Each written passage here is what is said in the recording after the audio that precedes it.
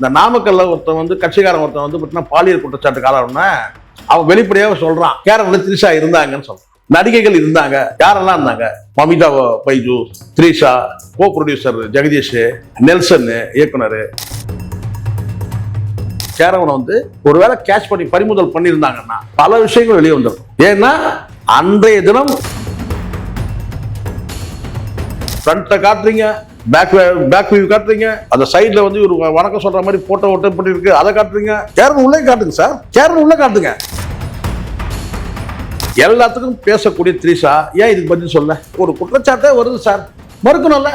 அப்ப செலக்டிவா இதை மட்டும் மறுக்கிறீங்க, அப்ப விஜய் சம்பந்தமா வரும்போது மறுக்க மாட்டேங்கிறீங்க. எனக்கு வந்த தகவல்கள் அடிப்படையில் ஜனநாயகன் ஷூட்டிங்ல கிளைமேக்ஸ்ல அரசியல் பேரவை நேயர்களுக்கு அன்பான வணக்கங்கள். சமீபத்தில் தாவேகா தலைவர் விஜய் அவர்கள் டெல்லி சிபிஐ அலுவலகத்துல விசாரணைக்காக வந்து மீண்டும் வந்து அவரை பிடிச்சி செஞ்சுக்கிட்டு இருக்காங்க அப்படின்ற மாதிரி ஒரு கேள்வி. அது மட்டும் இல்ல, சமீபத்துல வந்து சிபிஐ தரப்புல இருந்து ஒரு வீடியோ, ட்ரோன் ஷாட் வீடியோ ஒன்று வெளியாகி பெரிய பரபரப்பை ஏற்படுத்தியிருக்கு. இது மட்டும் இல்லாம கேரவனுக்குள்ள இருந்த சிசிடிவி கேமரா எங்க, எத்தனை கேமரா பறந்தது, அத்தனை ட்ரோன் கேமரா பறந்தது, இதெல்லாம் எங்க போச்சு அப்படின்ற மாதிரி பல கேள்விகள் வந்து மக்கள் மனசுல இப்போ எழும்ப ஆரம்பிச்சிருச்சு. இது சம்பந்தமா நம்ம சேனல் நேயர்களுக்காக சிறப்பு விருந்தினராக வந்திருப்பார் யாருன்னா திரு சேகுவாரா ஜெய்சங்கர் அவர்கள். அவரிடம் கேள்விகள் கேட்க நிறைய இருக்கு. அவரும் உங்களுக்காக பதில்கள் சொல்ல ஆவலா காத்துக்கிட்டு இருக்காரு. வணக்கம் சார். வணக்கம் சார். வணக்கம். எப்படி இருக்கீங்க? நலமா இருக்கேன் சார். தொடர்ந்து வந்து நம்ம பேசிக்கிட்டே தான் இருக்கோம். நம்மளும் எவ்வளவுதான் சொன்னாலும் வந்து இந்த மக்கள் வந்து புரிஞ்சுக்கிற மாதிரி தெரியல. எவ்வளவு கருத்துக்களை சொல்றோம், எவ்வளவு விஷயங்களை சொல்றோம், எவ்வளவு விஷயங்களை ஆதாரத்தோடு நம்ம பேசிக்கிட்டு தான் இருக்கோம் தொடர்ந்து. இப்ப பாத்தீங்கன்னா சமீபத்துல ஒரு விஜய் அவர்களுடைய அந்த கரூர் மீட்டிங் அப்போ அந்த ட்ரோன் ஷாட்டோட வீடியோ ஒன்று ரிலீஸ் ஆயிருச்சு. நீங்க கவனிச்சிருப்பீங்க.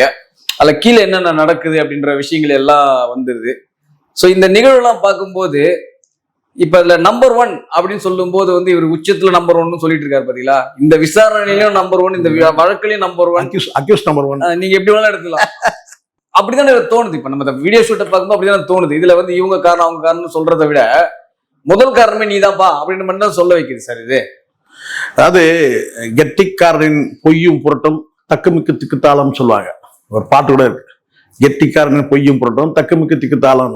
அந்த மாதிரி இப்ப வந்து பொய்யும் புரட்டும் சொல்லியாச்சு, சரிங்களா? எப்படிதான் உண்மை ஒரு நாளைக்கு வெடிச்சு வெளியே வரும் தானே. எவ்வளவு நாளைக்கு போய் சொல்லி ஏமாற்ற முடியும்? கடந்த காலத்துல நீங்க கரூர் சம்பவத்துக்கு ஒரு 2 நாட்கள் 3 நாட்கள்ல வந்து நீங்க ஒரு வீடியோ வெளியிட்டு ஸ்டாலின் சார் நான் வீட்டில் இருப்பேன், ஆஃபீஸில் இருப்பேன் சார் அப்படின்னு சொன்னதா இருக்கட்டும். அதுக்கப்புறம் வந்து அந்த மக்களை வர வச்சு ஒரு 4 சவத்துக்குள்ள வந்து நான் வந்து மன்னிப்பு கேட்டேன், கதறினாரு, கண்ணீர் விட்டாரு அப்படி சொன்னதா இருக்கட்டும். அதுக்கு பிறகு வந்து நீ நாட்கள் வந்து மேடைக்கு வராம அடுத்தடுத்து கூட்டத்தை கலந்துக்கிட்டு எதுவுமே பேசாம திடீர்னு ஒரு நாள் ஒரு மேடையில வந்து ஏன் சார் என் மேல பழிய போட்டீங்கன்னு சொன்னதா இருக்கட்டும். இப்படி நீங்க பாத்தீங்கன்னா ஏதோ மக்கள் எல்லாம் வந்து முட்டாள் மாதிரியும் இவன் மட்டும்தான் அறிவாளி மாதிரியும் அப்படிதான் இவனுடைய விஜயோட பேச்சு இருந்தது. ஆனால் முதல் முறையாக நான் தான் முதல்ல வந்து எனக்கு வந்த தகவல்கள் அடிப்படையில நான் வந்து ஒரு கருத்தை சொன்னேன். இந்த ஜனநாயகன் ஷூட்டிங்ல கிளைமேக்ஸ்ல இறுதி காட்சியில சில உண்மையான காட்சிகளை வந்து காட்சிப்படுத்துறாங்க. அதுக்கு வந்து கடந்த காலத்துல வந்து சில படங்கள் நீங்க காட்சி பத்தி சொல்லும்போது மன்னிக்கும் குறுக்கிட்டு என்னன்னா இந்த ஊர் பேரே வரலாறு ஒரு பாட்டு வருதுன்னு நினைக்கிறேன் அந்த ஜனநாயகன் படத்துல. அந்த படத்தை தான் இந்த ஷாட் கூட வருது. ஆமா, ஷாட்டும் வருது. ஆமா. சோ இவர் வந்து ஏஐல இப்போ நீங்க இந்த இதுல ட்ரெய்லர்ல பாத்தீங்கன்னா ஏஐல காட்டிருப்பாங்க இல்லையா? சரி, ஏஐல காட்டினா கூட அந்த இது எப்படி வரும்? அது ஏஐல காட்டுனத நிஜமாவே காட்டுறதுக்கு பிளான் பண்ணாங்க. ஏஐல தானே காட்டுறாங்க, ட்ரெய்லரை பார்த்திருப்பீங்க இல்லையா? இது வந்து பார்த்தா முழுக்க நேரடியாக காட்டியிருப்பாங்க. ஒண்ணு. இரண்டாவது வந்து கரூர் சம்பவத்துக்கு பிறகு 2 காரணம். இந்த படம் வந்து ஆக்சுவலா எப்போ வந்து ரிலீஸ் பண்ணோம்? டிசம்பர்ல இவங்க பிளான் பண்ணியிருந்தாங்க. முதல்ல தீபாவளிக்கு பிளான் பண்ணாங்க. ஆமா, தீபாவளி தான் பிளான் பண்ணாங்க. தீபாவளி வரைக்கும் இருக்கும்போது அப்போ அவங்களுடைய எண்ணங்கள் வேற. ஆதோர்ஜினா கட்சிக்குள்ள நுழைஞ்ச பிறகுதான் இங்க படக்குழுவும் இவங்களும் உட்கார்ந்து பேசும்போது ஜனநாயகன் படத்துல கடைசியா வந்து இந்த காட்சி படுத்தணும். அது வரைக்கும் இவங்க மாநாடு நடத்துற பிளான் கூட இல்லையே. இந்த விக்ரவாண்டி மாநாடு, சில மாநாடுக்கு அதுக்கப்புறம் இந்த மதுரை மாநாடுலாம் இருக்குல்ல, அப்ப மாநாடு நடத்துற பிளான் கூட இவங்கள்ட்ட இல்லையே முதல்ல. ஏன்னா அதுக்கெல்லாம் செலவினமாகும். அதை ஒரிஜினா உள்ள நுழைஞ்ச பிறகுதான் பட்ஜெட் வந்து அதிகமாகுது. 300 கோடி பட்ஜெட் 500 கோடி ஆனதுக்கு காரணம் அதை ஒரிஜினா. அதாண்டி இருக்குன்னா டிசம்பர்ல ரிலீஸ் ஆகக்கூடிய படம் வந்து கொண்டு போயிட்டு நீங்க பொங்கலுக்கு தள்ளி போடுறதுக்கு காரணமும் வந்து இதுதான். என்ன காரணம்னா இந்த படத்துல வந்து கிளைமேக்ஸ் காட்சியில இதெல்லாம் இந்த மாநாட்டு கூட்டத்தை வந்து காட்சிப்படுத்தலாமே, நல்லா வந்து பிரம்மாண்டமா இருக்கு, தலைவர் அப்படியே நடந்து வர்றது, அந்த துண்டுகள்லாம் தோல்ல போட்டுட்டு வர்றது, இதெல்லாம் வந்து நீங்க பணம் சார். இப்ப நல்லா புரிஞ்சுங்க, உங்களுக்கே தெரியும், சினிமால இருக்கிற அத்தனை பேருக்குமே கூட தெரியும், அனுபவத்துல இருக்கும் தெரியும். ஒரு கூட்டத்தை காட்டுற மாதிரி ஒரு சீன் வைக்கணும்னா ஒரு தலைக்கு 100 ரூபாய் தரணும். இப்பெல்லாம் 100 ரூபாய் கிடையாது, 500 ரூபாய் ஒரு தலைக்கு தரணும். ஒரு காட்சியை சும்மா வந்துட்டு போறதா கூட ஒரு நபருக்கு 500 ரூபாய் கொடுக்கும். அப்புறம் 1000 பேர் உள்ள ஒரு கூட்டத்தை நீங்க கூட்டு வராங்கன்னு வச்சுங்களேன், துணை நடிகர்கள்ன்ற பேர்ல வருவாங்க. அந்த 500 பேரை காட்டணும்னா என்ன ஆச்சு உங்களுக்கு, தலைக்கு 500 ரூபாய். அப்போ இதை வந்து லட்சக்கணக்கான அந்த மக்களை வந்து காட்ட முடியுமா உங்களால? நீங்க நினைச்சா கூட கூட்ட முடியாது. முதல்ல நீங்க பணமே கொடுக்கறது தயாரிதாலும் கூட லட்சக்கணக்கான பேர் கூட்டத்தை கூட்ட முடியாது. அப்ப இவங்க என்ன செய்யறாங்கன்னா ஆதாயப்படுத்திக்க பாக்குறாங்க. திரைப்படத்துக்கு இந்த கூட்டத்தை ஆதாயப்படுத்திக்கலாம். இது வந்து இவருடைய அரசியல் வருகைக்காக, அரசியல் வாழ்க்கைக்காக ஆதரவு தெரிவிக்கிறதுக்காக வந்த கூட்டம். இதை வந்து சினிமா வந்து பாத்தீங்கன்னா ஒரு 500 கோடி ரூபாய் செலவுல படத்தை எடுக்கிறவங்க இதை காட்சிப்படுத்திக்கலாம்னு பாக்குறாங்க. விக்ரமாண்டி அப்ப நீங்க வந்து செலவு மிச்சம் பண்றதுக்காக தான், படத்தோட செலவு மிச்சம் பண்றதுக்காக இப்படி பண்றாங்க. செலவு பண்ணி மிச்சம் பண்ணல சார், அவங்க முதல்ல அது திட்டமே இல்ல. செலவே பண்றதுக்கு அவங்க தயாரா இருந்தாலும் இவங்க கூட்டத்தை காட்ட முடியாத. எப்படி ஒரு 3 லட்சம் பேர் கூட்டத்தை வந்து பாத்தீங்கன்னா ஒரு சினிமா காட்சிக்காக ஏற்பாடு பண்ண முடியாது இல்ல. அப்போ என்ன செய்யறாங்கன்னா சினிமா வந்து பிப்ரவரி, அதாவது டிசம்பர்ல வெளியிட படத்தை வந்து தள்ளி போடுறாங்க. தீபாவளிக்கு ரிலீஸ் பண்றது படத்தை வந்து பொங்கலுக்கு தள்ளி போட்டு, இந்த மீன் டைம்ல இவங்க இந்த விக்கிரவாண்டி மாநாடு இது எல்லாத்தையும் காட்சிப்படுத்தும் போது அப்பதான் இவங்களுக்கு வந்து என்னன்னா, இவங்களுக்கு வந்து இந்த கரூர் வந்து பாத்தீங்கன்னா வந்து இரவுல ஒரு காட்சியை காட்டுறோம், பகல்ல தான் காட்டுறோம். நாகையில வந்து பகல்ல, விக்கிரவாண்டியில பகல்ல, இதெல்லாம் பகல்ல நடக்கிற மாநாட்டு நிகழ்வுகள். இரவு காட்சியை காட்டணும். அந்த இரவு காட்சியில இவங்க என்ன செய்யறாங்கன்னு கேட்டீங்கன்னா, அந்த 60 ட்ரோன் கேமரா மேல பறக்குது. இதை லாங் ஷாட்ல வீட்டு மாடியிலையோ அல்லது வந்து வேற ஏதாவது டவர்ல இருந்து நீங்க அதை ஷூட் பண்ணீங்கன்னா இது வேற லெவல்ல பிரம்மாண்டமா காட்ட முடியும். சோ இதை வந்து காட்சிப்படுத்தும் மூலமா அரசியல் ஆதாயம் பெற முடியும். இல்ல, இதுல இன்னொரு முக்கியமான விஷயம் பாருங்க. கேரவனுக்குள்ள இருந்த சிசிடிவி எங்க, கேரவனுக்குள்ள யார் யார் இருந்தாங்க, இதுவும் இப்ப என்னன்னா எல்லாரும் என்ன சொல்றாங்கன்னா, குறிப்பிட்ட ஒரு நடிகை உள்ள இருந்தாங்க அப்படின்னு சொல்றாங்க. நான் வெளிப்படையா சொல்றேன், த்ரிஷா அவர்கள் உள்ள இருந்தாங்கன்னு சொல்றாங்க. ஒரே வார்த்தை, இது ஆரம்பத்துல இருந்தே இந்த பேச்சு இருக்கு, த்ரிஷா கேரவன்ல இருந்தாங்கன்னு. எல்லாத்துக்கும் பேசக்கூடிய த்ரிஷா ஏன் இதுக்கு பதில் சொல்ல? நீங்க சொல்லுங்க. நயினார் நாகேந்திரனுக்கு பதில் சொல்றீங்க, மன்சூர் அலிகானுக்கு பதில் சொல்றீங்க, நயினார் நாகேந்திரனுக்கு வந்து பார்த்தீங்கன்னா கேள்வி கேட்குறீங்க, அரசியல் நாகரிகம்லாம் சொல்லி கொடுக்குறீங்க. ஒரு குற்றச்சாட்டு வருது, கேரவன்ல த்ரிஷா இருந்தாங்க. கேரவன் உச்சபட்சமா இந்த நாமக்கல்ல ஒருத்தன் வந்து கட்சிக்காரன் ஒருத்தன் வந்து பார்த்தீங்கன்னா பாலியல் குற்றச்சாட்டு காரணம்னா அவன் வெளிப்படையாக சொல்றான். என்னன்னு கேட்டீங்கன்னா கேரவன்ல த்ரிஷா இருந்தாங்கன்னு சொல்றான். இப்ப நானே கூட சொல்றேன், என்னன்னு கேட்டீங்கன்னா நடிகைகள் இருந்தாங்க, இன்னைக்கும் சொன்னேன், அன்னைக்கும் சொல்றேன், நக்கீரனே சொல்றேன், நடிகைகள் இருந்தாங்க. யாரெல்லாம் இருந்தாங்க? இந்த நடிகைகள்லாம் இருந்தாங்க. மமிதா பைஜு, த்ரிஷா, இது வந்து பார்த்தீங்கன்னா வந்து co producer Jagadish and Nelson இயக்குனர். ஸோ இவங்கெல்லாம் வந்து இருந்ததா ஒரு தகவல் இருக்கு. ஒரு தகவல் வருது, அந்த தகவல் நம்ம சொல்றோம். இல்லைன்னா இதெல்லாம் சொல்ல முடியாது தானே. நீங்க கேரவன்ல இருந்தீங்க தானே சொல்றோம். அந்த கேரவன்ல நான் இருந்தேன் இல்லைன்னு சொல்றதுக்கு என்ன சார்? ஆமாங்க கேரவன்ல இருந்தேன். இல்லைங்க அதெல்லாம் போய்ங்க, நான் கேரவன்ல இல்லைங்க சொல்லுங்க.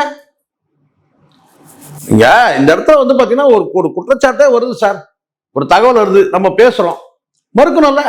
அப்ப செலக்டிவா இதை மட்டும் மறுக்கிறீங்க. நயினார் நாகேந்திரனுக்கு சொல்றோம் போது அதை மறுக்கிறீங்க இல்லையா? மன்சூர் அலிகான்னா அதை மறுக்கிறீங்க. அப்ப விஜய் சம்பந்தமா வரும்போது மறுக்க மாட்டேங்கிறீங்க. விஜய் சம்பந்தம்னா நான் சொல்ல விஜய் இந்த கேரவன்ல இருந்ததா? ஏன்னா எனக்கு தெரிஞ்சு வந்து சொல்றேன்னா அந்த இடத்துல வந்து அந்த கேரவனை வந்து ஒருவேளை கேட்ச் பண்ணி பறிமுதல் பண்ணியிருந்தாங்கன்னா பல விஷயங்கள் வெளியே வந்திருக்கும். ஏன்னா அன்றைய தினம் விஜய் குடிச்சிருந்தார். அன்றைய தினம் இல்ல, இப்ப அவங்க கட்சியிலிருந்து விலகின ஆமா சார், நிறைய பேர் சொல்றது குடிக்காம வரைய முடியாதுன்றாங்க. ஆமா சார், லைட்டே ஏற முடியாது, அந்த படிக்கிட்டே ஏற முடியாது. சரி வந்து பாத்தீங்கன்னா அன்னைக்கு நானே சொன்னேன், அன்னைக்கு குடிச்சிருந்தேன். எப்படி சொல்லுங்க பார்க்கலாம். நமக்கு எந்த டெஸ்டும் தேவையே இல்லை. மறுபடியும் அந்த வீடியோ போட்டீங்கன்னா அதுல வந்து ஒரு குழந்தைய காணும்னு சொல்லுவாங்க. அப்ப ஒரு பாடி லாங்குவேஜ் பாத்தீங்கன்னா, ஏம்பா தம்பிகளா தன்ஷிகாவா, அதுவும் ஏதோ பேர் அன்ஷிகாவா தன்ஷிகாவா, இது குழந்தைய காணும். ஆமா குழந்தைய காணுமா, அந்த குழந்தையோட பேரை சொல்லிட்டு வந்து கொஞ்சம் கண்டுபிடிச்சு கொடுத்துருங்கப்பா எப்படி அந்த ஸ்லாங் பாருங்க, ஏதோ அந்த பொருளுக்கானதான் சொல்லுவாங்க பாருங்க. இது ஏப்பா ஏதோ வந்து கீழே வந்து சொம்பு விழுந்துச்சான், கொஞ்சம் கண்டுபிடிச்சு கொடுத்துருங்கப்பா அப்படின்னாங்களா, அந்த மாதிரி தான் இருக்கும். ஒரு குழந்தைய சொல்லும் போது அந்த பதற்றம் அந்த பரிவு எதுவுமே இருக்காது. ஒரு பதற்றம் இருக்கணும் சார், ஒரு பரிவு இருக்கணும்ல, எதுவுமே இல்லாம ஏன்பா தம்பிங்களா ஏதோ வந்து காணுமாப்பா, கொஞ்சம் கண்டுபிடிச்சு கொடுத்துருங்கப்பா, நல்லதே நடக்கும், கான்பிடண்டா இருங்க, அந்த ஸ்லாங்கே சொல்லிடும். இது இவன் சரக்கு இருக்கான்ட்டு. நமக்கு தெரியுமா சார் இந்த குடிகாரனுடைய சேட்டையெல்லாம் நம்ம எவ்வளவு பார்த்துருக்கோம். ஒன்னா ரெண்டா அந்த குடிகாரன் சேட்டை எவ்வளவு சேட்டையை நம்ம பார்த்துருக்கோம். நமக்கு அந்த பழக்கம் இல்லைன்னாலும் கூட என்ன, ஆனா அந்த சேட்டை வந்து அவனுக்கு பண்றக்கூடிய சேட்டை இருக்குல்ல, குடிகாரன் பண்றது இது, அந்த உதர பழகிறது, அப்படி கண்ணிலேயே பாக்குறது, இதை வச்சு சொல்லிடலாம் இவன்லாம் வந்து குடிகாரங்க இவன். இல்ல நான் என்ன கேட்கறேன் சார், இப்ப நடிகைகளுக்கு அங்க என்ன வேலை, கேரவனுக்குள்ள என்ன வேலை? நான் என்ன கேட்கறதுன்னா, முதல்ல நான் நடிகர்ல ஒரே கேள்விதான் நான் கேட்கிறேன், யாரு விஜய் கிட்ட நான் கேட்கிறேன். நீ நடிகைகளை கூப்பிட்டு போற வந்து பாத்தீங்கன்னா வந்து நீ ஷூட்டிங் ஸ்பாட்டுக்கு கூப்பிட்டு போற, இல்ல நீங்க ஏன் அந்த அரசியல் பொதுக்கூட்டத்தை கூட நீ கூப்பிட்டு போ தாராளமா. ஏன் மறைக்கணும்? ஏன் மறைக்கணும்? இன்னும் கூட்டம் வரப்போது அனௌன்ஸ் பண்ணு, திரிஷாவோட வருகிறேன் அப்படின்னு அறிவிப்பு. அவர் ஓப்பனா வந்துட்டாரு. அது ஓப்பனா அதுக்கப்புறம் சார், அது அவங்க மனைவி எடுத்த ஸ்டெப்பு சார். அது இப்ப நீ நான் தனி விமானத்தை போறல, ஏங்க விஜய் மட்டும் வரலையாங்க, கூட திரிஷாவும் வராங்களாம் அப்படின்னு சொன்னா கரூர்ல இன்னொரு 10,000 பேர் வந்திருப்பாங்கல்ல, அது வெளிப்படையா வந்துட்டு போன்றேன் நானு. சரிப்பா, இப்படி ஒரு குற்றச்சாட்டு வருதுப்பா, கேரவன்ல திரிஷா இருந்தாங்க, கேரவன்ல திரிஷா இருந்தாங்க, கேரவன்ல திரிஷா இருந்தாங்க, நீ என்ன சொல்லணும்? யாங்க அந்த மாதிரிலாம் பேசுறீங்க நீங்களா? எதுக்கு இப்படிலாம் வந்து அவதூறு கருத்து பேசுறீங்க? ஒரு அவதூறு கருத்துன்னு வந்ததும் உடனே ரஜினிகாந்த் அவர்கள் பதில் கொடுத்தாரு பாத்தீங்களா? அப்ப என்ன சொல்லணும்? அவதூறா எதுவும் பேசாதீங்க, அசிங்கமா யாரும் பேசாதீங்க. அங்க கேரவன்ல அப்படி யாரும் வர, நீ கேரவன் ஓப்பனா காட்டுங்க. இப்ப நீங்க கேக்குற ஃப்ரண்ட்டை காட்டுறீங்க, பேக் வியூ காட்டுறீங்க, அந்த சைட்ல வந்து ஒரு வணக்கம் சொல்ற மாதிரி போட்டோ ஒட்டப்பட்டு இருக்கு, அதை காட்டுறீங்க. கேரவன் உள்ளே காட்டுங்க சார், கேரவன் உள்ள காட்டுங்க. யார் யார் இருந்தாங்க நாங்க தெரிஞ்சுக்க போறோம். மூடி வைக்கும் போதெல்லாம் சார் சந்தேகம் வருது. இல்ல இது வரைக்கும் அந்த பஸ்ஸுக்குள்ள எப்படி இருக்கணும் கூட தெரியாது யாருக்கு. அதான் சொல்றேன், நீங்க வெளிப்படையா காட்டுங்க. கேரவன் உள்ள ஏன் காட்ட மாட்டீங்க? டாப் வியூ காட்டுறீங்க, சைடு வியூ காட்டுறீங்க, பேக் வியூ காட்டுறீங்க, இன்னர் வியூ காட்டுங்க. இன்னர் வியூ காட்டுங்க சார், நாங்க தெரிஞ்சுக்கிறோம் யார் இருக்கிறாங்க உள்ளன்னு. யாருமே இல்லைன்னா இல்லைன்னு சொல்லிட்டு போறோம். அப்போ நீங்க மூடி வச்சு அந்த வேன்ல யார் இருந்தாங்க, அந்த கேரவன்ல யார் இருந்தாங்க? சாதாரண அந்த வேன்ல எல்லாம் யாரும் வந்துட முடியாது, சரிங்களா? அப்ப அந்த கேரவன்ல வந்து பாத்தீங்கன்னா எப்படியும் வந்து விஜய் கேரவன்னா நிறுத்தி யாரும் செக் பண்ண போறது இல்ல, வழியில யாரும் செக் பண்ண போறாங்களா? செக் பண்ண போறது இல்ல. அந்த தைரியம் தானே உங்களுக்கு. ஸோ எனக்கு தெரிஞ்ச வரைக்கும் முழுக்க முழுக்க விஜய் இந்த நிகழ்வை பொறுத்த வரைக்கும் விஜய் தான் பொறுப்பேற்றுக்கணும். இதை விட்டுட்டு இது கேட்டா சில பேர் பேசுறாங்க பார்த்தீங்களா, சந்தர்ப்பவாதமா கேட்டா விஜயும் பொறுப்பு, எல்லாரும் தான் பொறுப்பு. எல்லாரும் எப்படா பொறுப்பாங்க? அஜித் அப்படிதான் சொல்றான், விஜய் மட்டும் பொறுப்பு இல்லை, எல்லாருமே பொறுப்பு. எதுக்கு எல்லாரும் பொறுப்பு? ஏன் பொறுப்பு? யார் பொறுப்பு? அறிவு கட்டதுனால அஜித் சொல்றது விஜய் மட்டும் பொறுப்பு கிடையாது, எல்லாரும் தான் பொறுப்பு. எல்லாரும் எப்படா பொறுப்பு? நீங்க பொறுப்பா? நான் கரூருக்கே போல அப்படின்னா நான் அஜித்தே கேட்கிறேன். நான் எல்லாரும் பொறுப்புனா எப்படி சொன்னா இல்லையா சார்? இந்த பூசி முழுகிறவெல்லாம் இருக்கக்கூடாது, ஸ்ட்ரைட்டா சொல்லு, இது விஜய் பொறுப்பா இல்லையா? விஜய் பொறுப்பு அப்படி சொல்லு. விஜய் மட்டும் பொறுப்பு இல்லை, எல்லாரும் பொறுப்பு. எல்லாரும்னா யாரு? இப்போ நீங்க கேட்கறது என்ன தோணுதுன்னா, ஏன்னா அஜித் அவர்களை வச்சு தொடர்ந்து ஒரு 3 படங்கள் இயக்குனர் தான் எச் வினோத், அவர் தான் இந்த படமே எடுக்கிறாரு. இப்போ சிபிஐ நினைச்சா எச் வினோத் கூட கூப்பிட்டு என்கொயரி பண்ணலாம் அப்படின்ற மாதிரி சொல்றாங்க. சொல்லல சார், நீங்க வந்து இயக்குனர் வந்து 3 இயக்குனர் அந்த படத்துல கடைசியா வராங்க சார். 3 இயக்குனர் வராங்க. யார் யார் வராங்கன்னா, லோகேஷ், நெல்சன், வினோத், 3 பேரும் அந்த கடைசி கிளைமேக்ஸ்ல வரா மாதிரி ஒரு காட்சி. அவங்க தான் வந்து நீங்க முதலமைச்சர் ஆவீங்களான்ற மாதிரி ஏதோ கேள்வி ஏதோ கேட்கற மாதிரி கடைசி காட்சி அந்த படத்துல வருது. இந்த 3 பேருமே வந்து கேரவன்ல இருந்தாங்களான்னு ஒரு சந்தேகம் இருக்கு. வினோத் இருந்தாரா, நெல்சன் இருந்தாரா, லோகேஷ் இருந்தாரா, இந்த 3 பேருமே உள்ள கேரவன்ல இருந்தாங்களான்னு ஒரு சந்தேகம் வந்து மக்கள்கிட்ட இருக்கு. இல்லைன்னு சொல்லிட்டு போகலாம், இல்லைன்னா இல்லை நான் வரவே இல்லைங்க அப்படி சொல்றது தானே சரியா இருக்கும். அதனால எனக்கு என்னுடைய பார்வையில நான் சொல்றேன், இந்த ஜனநாயகன் படத்துக்கு ஷூட்டிங்க்கு எனக்கு வந்த தகவலையும் நான் சொல்றேன். அந்த தகவல் தான் நான் பரவலா பேசப்பட்ட தகவலும் சொல்றேன். ஜனநாயகன் படத்துக்கு இந்த கிளைமேக்ஸ் காட்சியை இவங்க பதிவு பண்ணது உண்மை. கிளைமேக்ஸ் காட்சிக்காக இந்த கூட்டத்தை பயன்படுத்திக்கலாம்னு நினைச்சது உண்மை. அதனால ஏற்பட்ட விளைவுகள் தான் சார் இது. இதை திட்டமிட்டு பண்ணாங்களா, திட்டமிட்டு பண்ணாங்களா அப்படிலாம் கிடையாது, பண்ணாங்க அவ்வளவுதான். இது வந்து இவங்க ஆக்சிடென்ட் வந்து பிளான் பண்ணி பண்ணாங்களா அப்படிலாம் கிடையாது. நீங்க பண்ணக்கூடிய நடவடிக்கை அது. நம்ம கூட தான் சொல்லலாம், வா வந்து வண்டியில ரோட்ல வண்டி ஓட்டிட்டு போறோம், வந்து பார்த்தா நான் எதிர்பார்க்கவே இல்லாம இஷ்டங்கன்னு சொல்ல முடியுமா சார்? ஒரு கார்ல கொண்டு போய் மூட்டிட்டேன்னு வச்சுங்க, இல்ல ஒரு காரை கொண்டு போயிட்டு எங்கேயோ ஒரு வந்து யாரையும் மோதிரோன்னு வச்சுங்க, அப்ப வந்து பார்த்தீங்கன்னா அதெல்லாம் திட்டமிட்டு பண்ணலங்க, அவர் கார்ல வந்துட்டு இருக்கும்போது அவர் குறுக்க வந்து மோதிட்டாருங்கன்னு சொன்னா எப்படி இருக்கும்? எப்படிதான் நம்ம தான் ஓட்டுறோம், பொறுப்பு நம்ம ஏத்துக்கு தானே ஆகணும். அதுக்கப்புறம் விசாரணைலாம் நடக்கட்டும், யார் மேல தப்பு இருக்கு யார் மேல தப்பு இல்லைன்றதுதான் அப்புறம் விசாரணை தெரிய போகுது. ஆனா இப்ப யார் பொறுப்பு? இல்ல இப்ப நான் என்ன ஒரே கேள்வி கேட்க தோணுதுன்னா, இப்போ நீங்க சொல்றது பார்த்தா இந்த படத்துக்காக தான் ஒரு கட்சி ஆரம்பிச்சு கட்சியை நடத்திட்டு இருக்கும்போது சார் தோணுது சார். அதுதான் சார், இது ரெண்டுத்தையும் ஒன்னா கலந்துட்டாங்க சார். இது என்ன இருந்திருக்கணும், கோட் படம் எப்படி, லியோ படம் எப்படி, அப்படி ஒரு படமா எடுத்தா பிரச்சனையே கிடையாது. இந்த படத்திலே நான் இன்னொரு ஒரு போனஸா ஒரு விஷயம் சொல்றேன். இந்த படத்துல கரூர் ஏன் டிசைட் பண்றாங்க, கரூர்ல இருக்கிற இந்த கூட்டத்தை வந்து காட்சிப்படுத்தணும்ன்றது ஒரு டிசைட் ஆகுது. ஏன் கரூர்ல, ஏன் நாமக்கல்ல பண்ண முடியாதா? ஏன் கரூர்ல பண்ணாங்கன்னா, இதே வேலுச்சாமிபுரத்துல இதே கரூர்ல தான் வந்து இதுக்கு முன்பு வந்து பாத்தீங்கன்னா வந்து திமுகவும் நடத்திருக்கு, அதிமுகவும் நடத்திருக்கு கூட்டம். அப்ப அதை விட நம்ம வந்து பிரம்மாண்டமா காட்டணும். ரெண்டு கட்சியும் அங்க நடத்துனதுனால நாம இதை விட பெரிய கூட்டத்தை இங்க காட்டணும். ஒண்ணு, படத்துல வந்து கிளைமேக்ஸ் காட்சியில வந்து சில கேரக்டர்கள் வந்து நிஜ கேரக்டர் பிரதிபலிக்கிற மாதிரியான சில நபர்களை கொண்டு வந்தாங்க. அதை நீங்க வந்து பாத்தீங்கன்னா வந்து படம் பார்க்கும்போது தெரியும். கேட்டீங்கன்னா இப்ப உதாரணத்துக்கு செந்தில் பாலாஜி இருக்காருன்னா, செந்தில் பாலாஜி எப்படி இருப்பாரு, வெள்ளை வெட்டி வெள்ளை சார் போட்டு ஒரு குங்கம் வச்சிருப்பாரு நெத்தியில இல்லையா? அந்த மாதிரி வந்து ஒரு அடையாளப்படுத்துற மாதிரி ஒவ்வொரு கேரக்டரும் அதை பார்த்த உடனே இது இவர் தான்பா, அது அவர் தான்பா, அந்த மாதிரி வந்து அந்த மேக்கப்ல வந்து கொண்டு வந்து காட்சிப்படுத்துறது.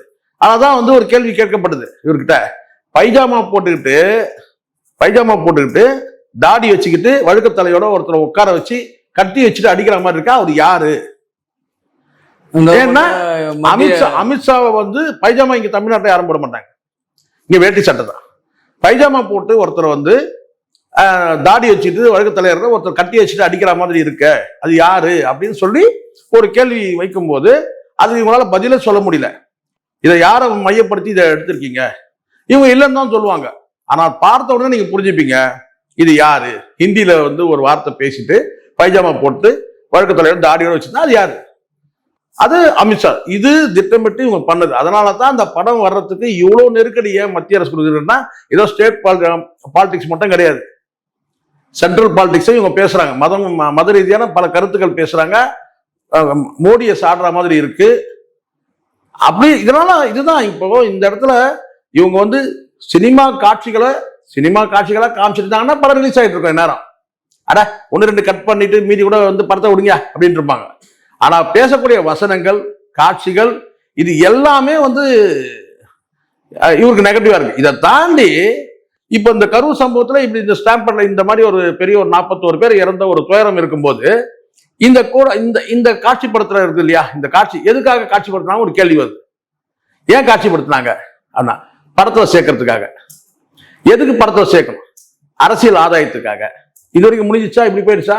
சரி, காட்சிப்படுத்தும் போது என்ன நடந்துச்சு? காட்சி எப்படி படுத்தினாங்க? காட்சி வாகனத்தை மையப்படுத்தினாங்க. எதுக்காக மையப்படுத்தினாங்க? அப்பதான் வந்து மொத்தமா கவர் பண்ண முடியும். சரி, மையப்படுத்தும் போது என்ன ஆச்சு? அந்த வாகனத்தை மையப்படுத்தும் போது தான் தள்ளுமுள்ளு நடக்குது, நெருக்கடியாகுது. அப்போ ஒருத்தர் இடிச்சுக்கிறாங்க, வந்து விழுந்து ஒருத்தர் மிதிப்படுறாங்க. அப்போ யார் காரணம்? இந்த வாகனத்தை மையப்படுத்தும் தான் காரணம். அப்ப பாத்தீங்களா எத்தனை குற்றங்கள் ஆயிடுது? ஒரு பக்கம் திட்டமிட்டு இரவுல தான் நீங்க அந்த காட்சிப்படுத்தணுன்றதுக்காக தாமதப்படுத்துறீங்க. தாமதப்படுத்தும் போது கூட்டம் அதிகமாகுது, அதோட விட்டீங்களா? அதுக்கப்புறம் அந்த வாகனத்தை மையப்படுத்துறீங்க. மையப்படுத்தும் போது என்ன ஆகுது? அங்க தள்ளுமுள்ளு ஏற்படுது. அந்த மரணங்கள் ஏற்படுறதுக்கு காரணம் இதுதான். இதை விட என்ன சார் வேணும் உங்களுக்கு? இல்ல அதுல இதுதான் சார் குற்றமே. இப்போ விஜய் செய்த குற்றம் என்ன? ஜனநாயகன் படத்துல இந்த காட்சி பதிவு பண்றாங்க, அதுக்காக நீங்க என்ன சரி கேட்டா ஷூட்டிங் நடத்தணும். அப்போ என்ன சரி கேட்டா அதுவும் இரவுல ஷூட்டிங் நடத்தணும், அதுக்காக நீங்க லேட்டா வரீங்க திட்டமிட்டு. ஒண்ணு சரி, வந்தீங்களே வந்து நின்று ஷூட்டிங் பண்ணிட்டு போயிருந்தாலும் பிரச்சனை இல்லை. அந்த வாகனத்தை மையப்படுத்தும் போது இங்க தள்ளுமுள்ளு ஏற்பட்டு கீழே விழுந்து ஒருத்தர் மிதிப்பட்டு இறந்து போறாங்க. இப்ப விஜய்க்கு தொடர்பு இருக்கா இல்லையா? அப்போ இது முழுக்க விஜய் பொறுப்பேற்றுக்க வேண்டிய ஒரு விஷயம். ஆனா இது எல்லாத்தையும் நீங்க என்ன செய்றீங்கன்னா, இதெல்லாம் நடந்த பிறகு அந்த மக்கள் கிட்ட இருந்து குறைஞ்சபட்சம் அந்த மக்கள் கிட்ட வந்து அவங்க தேவையான உதவிகள் அந்த மருத்துவமனையில போய் இருந்து என்ன ஏதுன்றதெல்லாம் பார்த்து அதான். ஆனா வேக வேகமா ஓடி வந்து தலை தப்புனா போதுன்ற மாதிரி ஓடி வந்தீங்க. ஓடி வந்த காட்சியை நம்ம தலையை தொங்க போட்டு ஓடி வந்தீங்கல்ல. அவர் மெட்ராஸ் சிரிச்சு தானே இருந்தாரு. அதுதான் நான் சொல்றேன். அதுக்கு பிறகு நீங்க 2 நாள் கழிச்சு நீங்க வந்து முதலமைச்சர் வந்து சவால் கொடுக்கறதும், அதுக்கப்புறம் வந்து ஒரு 4 சவத்துக்குள்ள கூட்டு வந்து உட்கார வச்சு நான் மன்னிப்பு கேட்டேன்னு சொல்றதும், அதுக்கப்புறம் மேடையில வந்து பார்த்தீங்கன்னா என் மேல ஏன் சார் பழி போட்டீங்கன்னா, யார் இப்ப பழி போட்டது தெரிஞ்சிச்சா? இப்ப யார் பழி போட்டது? இவர்தான் திமுக. ஆமா, இப்ப இப்ப அதைத்தான் நான் முதல்ல சொல்லிருக்கேன். எனக்கு வந்த தகவல் அடிப்படை நான் தான் நக்கீரன் முதல் தகவல் சொன்னதே. நக்கீரன்ல தான் அதை பதிவு பண்ணாங்க. வேற எந்த ஊடகமும் பதிவு பண்ண தயாரா இல்லை சார். இன்னைக்கு பேசக்கூடிய ஊடகம் கூட தயாரா இல்லை. நக்கீரன்ல தான் என் நேர்காணல் வந்து பார்த்தீங்கன்னா வந்து பிரிண்ட்லயும் கொடுத்தேன், டெக்ஸ்ட்லயும் கொடுத்தேன், வீடியோலையும் கொடுத்தேன். முழுக்க முழுக்க நான் மீண்டும் அழுத்தமா பதிவு பண்றது என்னன்னா, முழுக்க இது வந்து விஜய் வந்து பார்த்தீங்கன்னா வந்து தன்னுடைய சொந்த அரசியல் ஆதாயத்துக்காக ஜனநாயகன் படத்தை ஷூட்டிங் எடுத்ததுனால இந்த விளைவு தான் இது. சரிங்க, ஷூட்டிங் எடுத்தா எப்படிங்க வந்துருங்க? ஷூட்டிங் எடுக்கிறதுக்காக தானே எங்க வாகனத்தை வந்து மையப்படுத்துறது. வாகனத்தை மையப்படுத்தினால தானே தள்ளுமுள்ளு ஏற்படுது. இது யார் காரணம்? சில பேர் சொல்லுவாங்க 15 லட்சம் பேர் சொல்லி கேள்விப்பட்டிருக்கேன். எதுனா வந்து அழகர் வந்து பாத்தீங்கன்னா வந்து ஆத்துல இறங்குறாங்க. கிட்டத்தட்ட வந்து ஒரு 15 லட்சம் பேர் போவாங்க. ஒருத்தர் சத்ததான் தகவல் இல்லை இது வரைக்கும். ஏன் சார் திருவண்ணாமலை கிரிவலம் எவ்வளவு? அப்போ இந்த இடத்துல எதனால ஏற்பட்டது? கிட்டத்தட்ட வாகனத்தை நல்லா புரிஞ்சிடும். கிட்டத்தட்ட வாகனத்தை வந்து நீங்க வந்து ஏத்தி கொன்னதுக்கு சமம்னு சொல்லுவேன். நான் நேரடியா சொல்றேன். நானு விஜய் வந்து கொலைகாரன்ற நானு போட்டு நீ கேஸ போட்டு பாத்துக்கலாம். நான் சொல்றேன் விஜய் வந்து கொலைகாரன் சார். உங்களுக்கு தெரியும் சார், நீங்க அத்தனை பேர் மரணம் வந்திருக்காங்க. அடுத்த ஒரு 40 நாள் மலேசியால டான்ஸ் ஆடி சார். அதுதான் சொல்றேன். எப்படி சார் மலேசியால டான்ஸ் ஆடுறத பத்தி பேசுறீங்க? உன்னை கூப்பிட்டது எது கூப்பிட்டாங்க? நான் கேட்கறேன், எது கூப்பிட்டாங்க? உன்னை வந்து சாப்பிட்டு பாப்பா வந்து இலை போறேன்னு சொன்னாங்களா? உன்னை கூப்பிட்டது 41 பேர் இறந்த வழக்கு சம்பந்தமா உன்னை கூப்பிடுறாங்க. உன்னை சாட்சியாவும் கூப்பிடல, உன்னை குற்றவாளியும் கூப்பிடல. அதுக்கப்புறம் தான் முடிவு பண்ண போறாங்க. இனிமேதான் முடிவாக போகுது. எப்படி? இனிமேதான் நீ முடிவாக போகுது. நீ குற்றவாளியா இல்லையான்றது இனிமேதான் முடிவாக போகுது.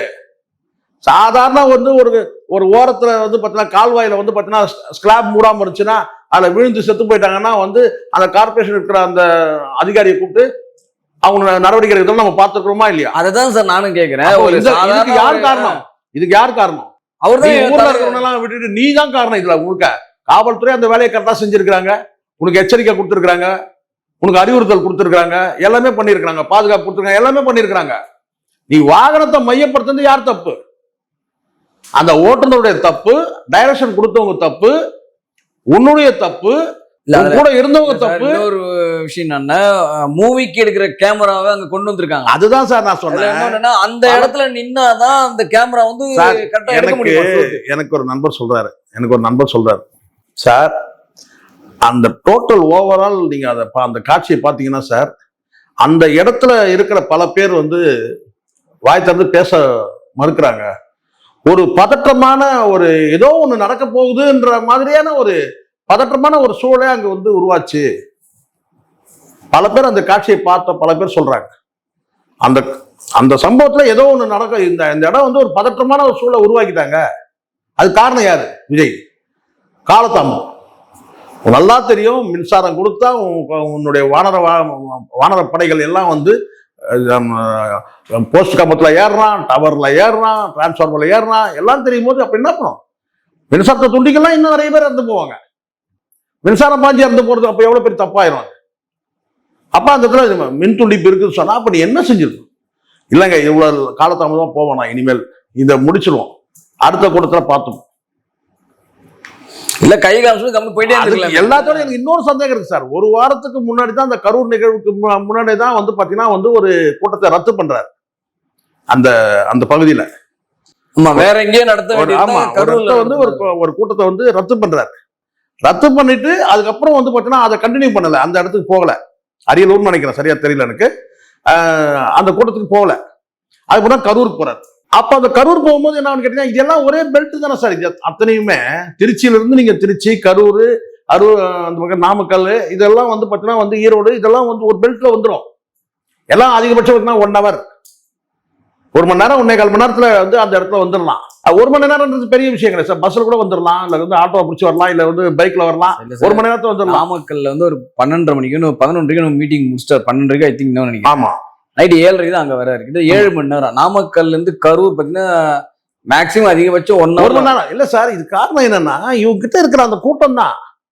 இவங்க கிட்ட இருக்கிற கூட்டம் திட்டமிட்டே இவங்க காலதாமதம் பண்றாங்க. 4:30 மணி 5 மணிக்கு தான் அங்க இருந்தே கிளம்புறாங்க. அப்ப அந்த வண்டியை வந்து பாத்தீங்கன்னா நகர்த்தி கொண்டு வரதுல 7,000 பேர் அந்த வாகனத்தோட வரான். திட்டமிட்டே இவங்க லேட்டா வராங்கன்ற நானு. காரணம் இரவு ஆனால்தான் கூட்டம் மிதமிஞ்சிய கூட்டம் அங்க இருக்கும். இதை காட்சிப்படுத்தி படத்தை விட்டுட்டோம்னா படம் பெரிய அளவுல ஹிட்னு ஆயிட்டு இதை வச்சே மக்கள் வந்து மக்களை வந்து மூல செலவு செய்யறது. இதை காட்டி பாத்தீங்களா சார். அறிவார்ந்த நபர்ல என்கிட்ட சொல்றாங்க சார், பல பேர் என்கிட்ட பேசியிருக்காங்க. அறிவார்ந்த பல பேர் சொல்றாங்க, என்ன சார் இது உலக அதிசயமா இருக்கு, என்ன சார் இவ்வளவு கூட்டம், எப்படி சார் இவ்வளவு கூட 7 மணி நேரம் 6 மணி நேரம் நிக்கிறாங்களே சார் மக்கள். இது பெருமைக்குரிய விஷயமா? இது உள்ள போய் வெளில வர முடியல. நான் சொல்றேன், ஒரு 5 லட்சம் பேர் வாழக்கூடிய இடத்துல வந்து ஒரு 1000 பேர் முட்டாள்கள் இருக்கதானே செய்வான் சார். ஒரு 5 லட்சம் பேர் வாழக்கூடிய இடத்துல ஒரு 1000 பேர் முட்டாளா தான் இருப்பான். நீங்க நினைக்கிறீங்க 27,000 பேரும் வேலுச்சாமிபுரத்துல இருந்து வந்தவங்களா? 27,000 பேரும் வந்து கரூர்ல இருந்தே வந்தவங்களா? நான் கேட்கிறேன். இந்த 27,000 பேர் வந்தவங்க வந்து பாத்தீங்கன்னா ஒரு 6 தொகுதி இருக்கு சார் கரூர்ல மட்டுமே. சுற்று வட்டாரத்துல எல்லா மாவட்டத்துல இருந்து பாத்தீங்கன்னா வந்து ஒரு தொகுதிக்கு வந்து பாத்தீங்கன்னா ஒரு 1000 பேர் வந்தாலும் கூட, ஒரு தொகுதிக்கு சொல்றேன், ஒரு தொகுதிக்கு 1000 பேர் ஒரு 2,000 பேர் வந்தா கூட 27,000 பேர் வந்துருவாங்கல்ல. ஒரு தொகுதிக்கு 3 லட்சம் ஓட்டு இருக்கு. நீ ஒரு தொகுதிக்கு ஒரு 2,000 பேர் வந்தானா 27,000 பேர் கூட்டம் வந்துருப்போம். அது என்ன பெரிய பிரமாதம் சொல்லுங்க? இன்னைக்கு எல்லா கட்சியும் தான் கூட்டத்தை காட்டுறாங்க.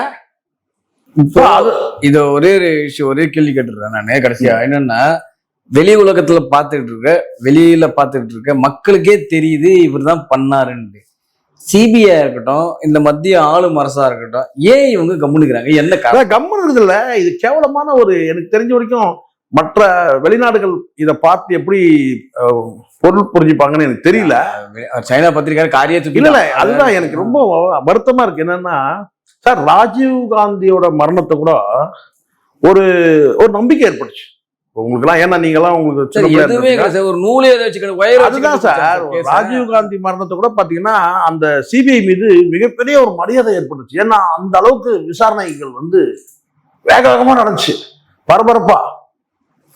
சிபிஐனா என்ன அப்படின்ற அளவுக்கு வந்து பாத்தீங்கன்னா வந்து அந்த சிவராசன், சுபா, அந்த தனு அவங்களுடைய போட்டோக்களை வந்து பாத்தீங்கன்னா அங்கங்க வந்து திருமண இடத்துலாம் அவங்க போட்டோ இருக்க பண்ணாங்க சார். எங்க நீங்க பொது இடத்துல திரும்பினாலும் அவங்க போட்டோ பார்க்கலாம். யார் போட்டோ? சிவராசன் படமும் சுபா படமும் வந்து தனு, அந்த படத்தை 3 பேர் படத்தை போட்டு திருமண இடத்துலாம் பஸ் ஸ்டாண்ட்ல போனா பார்க்கலாம், ரயில்வே ஸ்டேஷன்ல போனா எங்க பார்த்தாலும் அவங்களுடைய போட்டோக்கள் இருக்கு. அவ்வளவு வந்து அந்த சிபிஐ நடவடிக்கை சொல்றேன். பட் இப்ப வந்து பாத்தீங்கன்னா வந்து அவ்வளவு வேகம் காட்டினீங்க ராஜீவ் காந்தியோட அந்த மரணத்தை வந்து அவ்வளவு விசாரணை அவ்வளவு வேகம் காட்டின அந்த சிபிஐ வந்து இன்னைக்கு எப்படி இருக்கு பாத்தீங்கன்னா, என்னமோ இவரை கூப்பிட்டு ஏதோ வந்து விருந்து வைக்கிறதுக்கு கூப்பிட்டா மாதிரியும், இவர் விருந்து முடிச்சுட்டு அப்படியே கையை ஆட்டிக்கிட்டு அப்படியே வெளியில. எவ்வளவு கேவலம் சார் இது. இதை அனுமதிக்கலாமா? இதை நிச்சயமா நீங்க எதுக்கு போறீங்க? விசாரணைக்கு உங்களை கூப்பிடுறாங்க, அதுக்கு போறீங்க.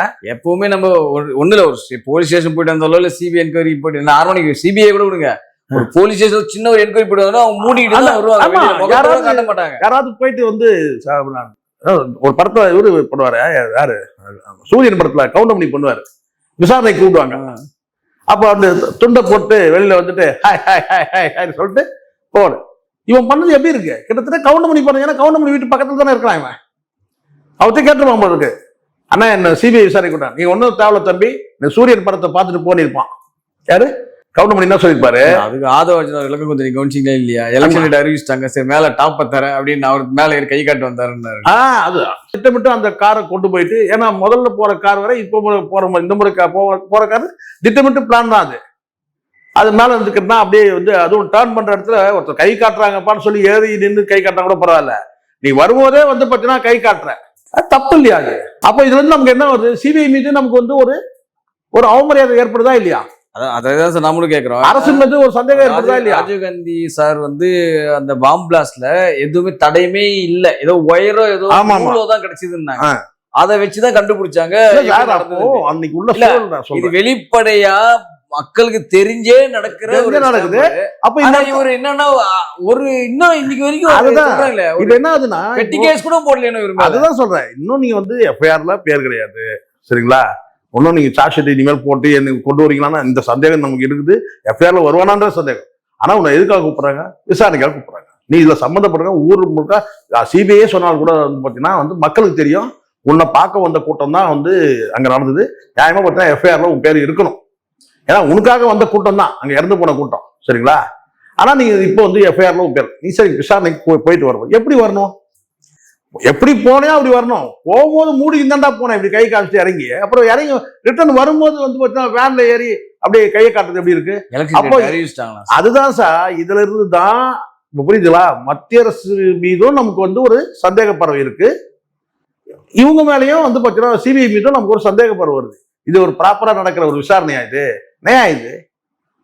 41 பேர் செத்த கேஸ்ல நீங்க கூப்பிட்டு விசாரிக்கிறீங்க. அவன் வரும்போது பாத்தீங்கன்னா வந்து அவன் நடிகனா கூட இருக்கட்டும் சார், கார் மேல ஏறிக்கு வந்து கையை காட்டுவானா, இதுக்கு எப்படி நீங்க அது அனுமதிக்கிறீங்க? இதுக்கு எப்படி பாதுகாப்பு கொடுக்குறீங்க? அப்ப இப்ப புரியுதுங்களா? இவ்வளவு இங்க இதுதான் இன்னைக்கு வந்து உலகம் முழுவதும் சிரிக்கக்கூடிய அளவுல தானே இருக்கு. இதை பார்த்து பெருமைக்கூடிய விஷயமா இது? சரி சார், நம்ம தொடர்ந்து இன்னும் நிறைய விஷயங்கள் பேசதான் போறோம் இது சம்பந்தமாகும். ஏன்னா இன்னும் ஒரு விவாகரத்து வழக்கு வேற இருக்கு. இன்னும் இந்த சிபிஐ வழக்கு என்னைக்கு முடிப்பாங்கன்னு தெரியல. இது சிபிஐனாலுமே எவ்வளவு நாள் இருக்குன்ற மாதிரி நிலைமைக்கு தள்ளப்பட்டுட்டாங்க இன்னைக்கு. நம்ம தொடர்ந்து நிறைய விஷயங்கள் பேசுவோம் sir. Thank you very much sir. நன்றி சார்.